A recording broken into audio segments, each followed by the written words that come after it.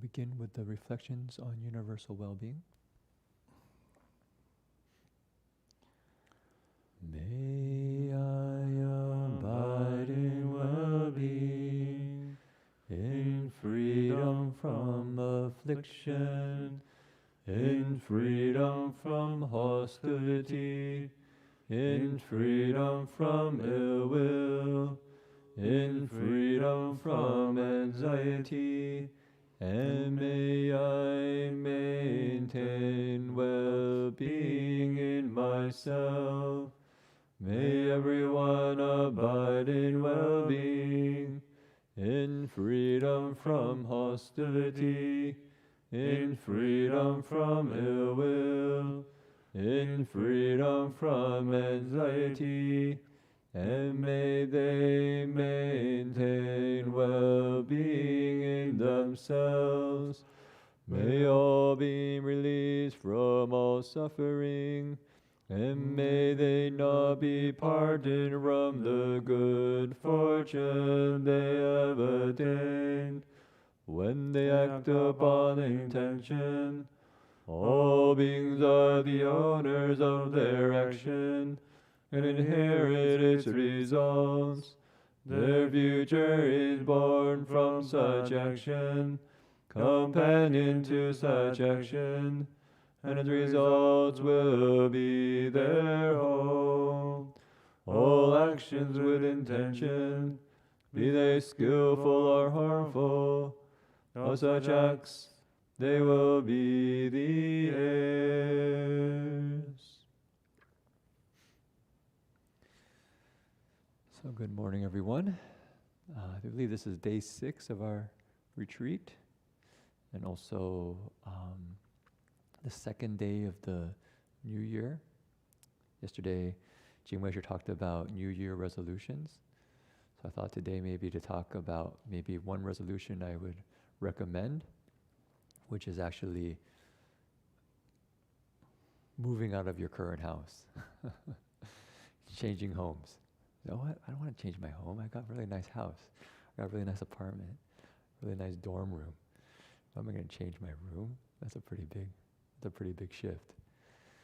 So I say, yeah, maybe you can consider as a new year to change location, change houses, change your place of residence.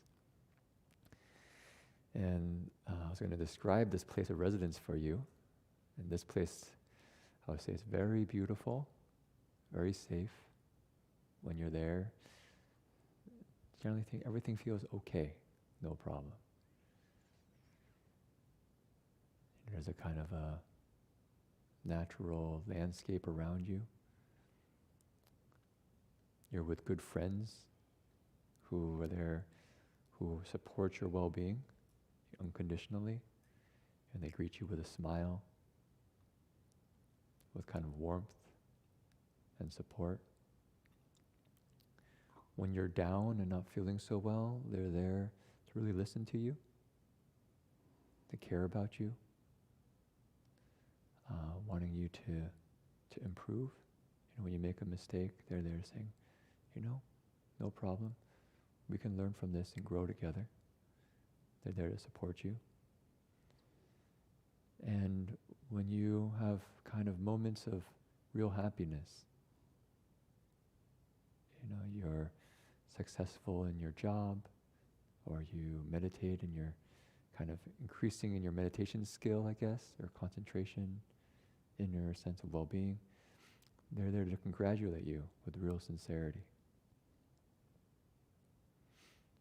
And they also give you the space to be who you are. They don't need you to be a certain way for them to accept you. So it's a really good neighborhood, this house, this place that you would be staying. And you can guess where this house is. I think Jin Chuan Shi probably can guess. How much pay you for rent? It's free. It's free. Man. It's free. Completely free. Always with you. Always accessible. It's actually even portable.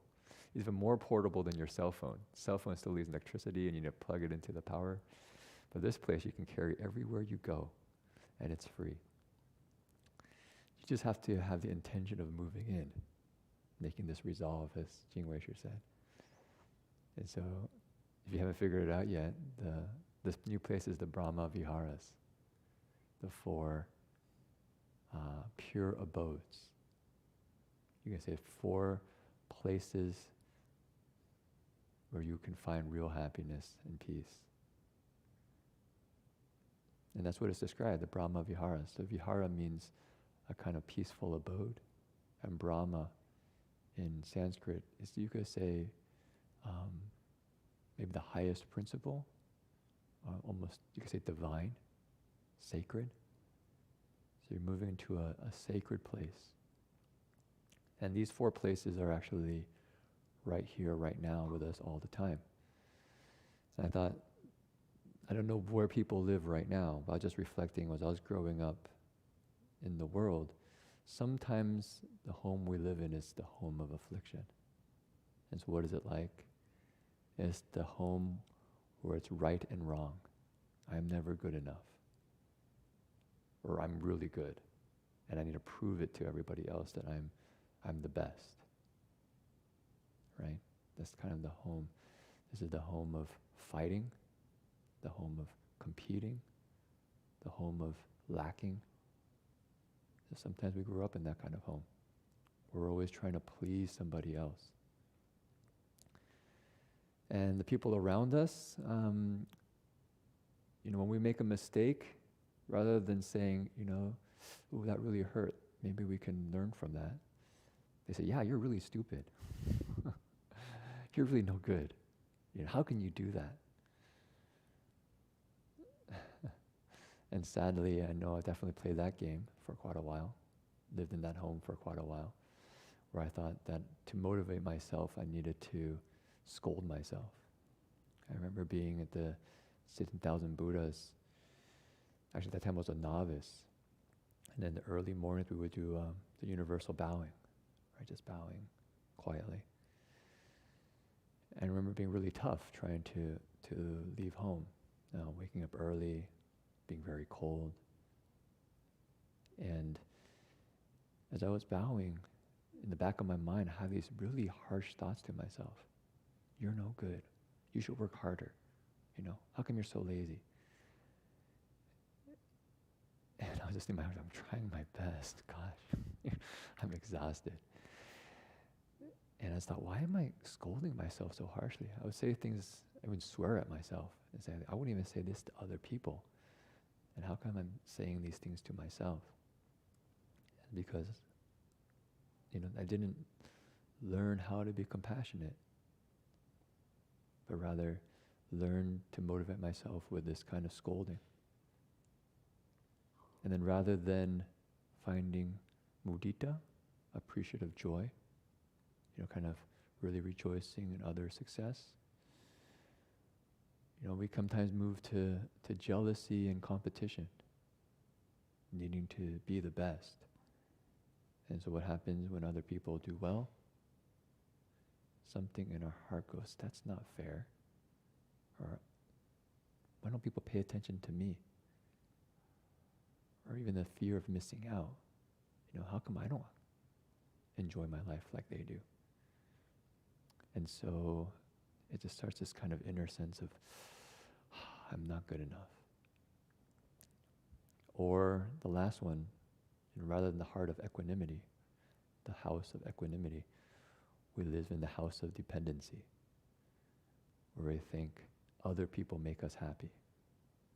And so we need everybody around us to just be just like how we want them to be, for me to be okay. This person needs to treat me a certain way. This person needs to act a certain way.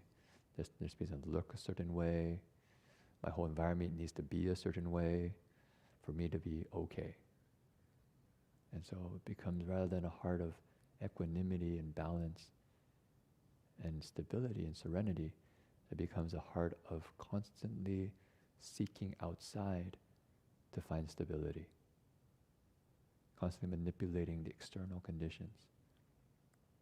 So I think this is the house of affliction, the house that sadly a lot of us live in. We kind of somehow default into living in this home which things are always kind of in a kind of drama, some kind of drama. Things are going okay for a little bit, but pretty quickly, not everything is exactly as we want, and so we get afflicted. And if we don't just afflict ourselves, we afflict other people. We can start scolding other people, we can start fighting with other people, we can start judging other people, and it's a miserable existence. And I remember growing up in the Bay Area and just being so struck how many people we just grow up in a home of affliction and we don't even know it. We don't know there's any other choice. So on this new year, on the second day, just invite everyone, we actually do have a choice. We can actually move into the Brahma Viharas. So this begins with what? With actually a sincere wish for our own well-being. I just want to be happy. And I don't need to earn it. I don't need to be successful in a certain way, look a certain way, have a certain thing. Just because I'm a sentient being that suffers and wants to be happy, I deserve care. I deserve at least my own care, to really take care of myself. And as we can begin to find this kind of sense of well-being, what happens is it becomes a kind of a generator. So as we meet difficulties in life, meet failures in life, rather than getting judgmental, we actually have compassion. We actually say to ourselves, you know what? We all make mistakes, but we can all learn from them as well. And so there's a sense of growth, a sense of healing. That's compassion, restoring. And then rather than jealousy or fear of missing out, there's a kind of joy, the joy of missing out. When other people are successful, we go, wonderful. I really rejoice in their happiness. When we're doing well, we can really rejoice in our well-being. We don't have to get into a mindset where we start to become prideful and attached, where we can become self-congratulatory, thinking that when we're successful, I'm the best, I'm really good. But all those are kind of judgments. And we think that those judgments are somehow positive, but actually they kind of fuel this ego that ends up with more suffering. So rather than praising ourselves, what we can do is actually rejoice with ourselves, thinking, it's really wonderful that you can find joy in meditation, in goodness. And I have this kind of congratulatory support for that. And for equanimity, this one's actually very important. It's giving ourselves the space to slowly learn at our own speed, to not hold some kind of unrealistic expectation for ourselves, and then every moment of our lives becomes this kind of failure. But to say, you know what? I really believe in you. I believe that you have the inner resources to take care of yourself. So that's the heart of equanimity, a kind of ability to find balance amidst even difficulties. So on this kind of new year, and also on the 6th day of our retreat, let's encourage people to say, you know what, maybe I want to change houses, move out of my apartment, move out of my dorm room, move out of my house and into a new space. And the Buddha said this space is a lot better than probably what we normally have. It might not be as good as complete emptiness, complete emptiness where we're actually completely emptiness in the sense, not that there's nothing there, nihilistic, but emptiness in that we even can let go of the Brahma Viharas to find a deeper peace that doesn't even rely on language and thought. But before we move to that kind of house, you could say the house of emptiness, of complete liberation, we can actually abide in these Brahma Viharas. And just try it out, see what it's like. Okay, so maybe just a brief reflection today, just encouraging people to move house, or if not moving house, maybe you can clean house. Clean out all the thoughts that are causing us to leave that inner place of refuge. Okay, let's do a 3 steps, 1 bow.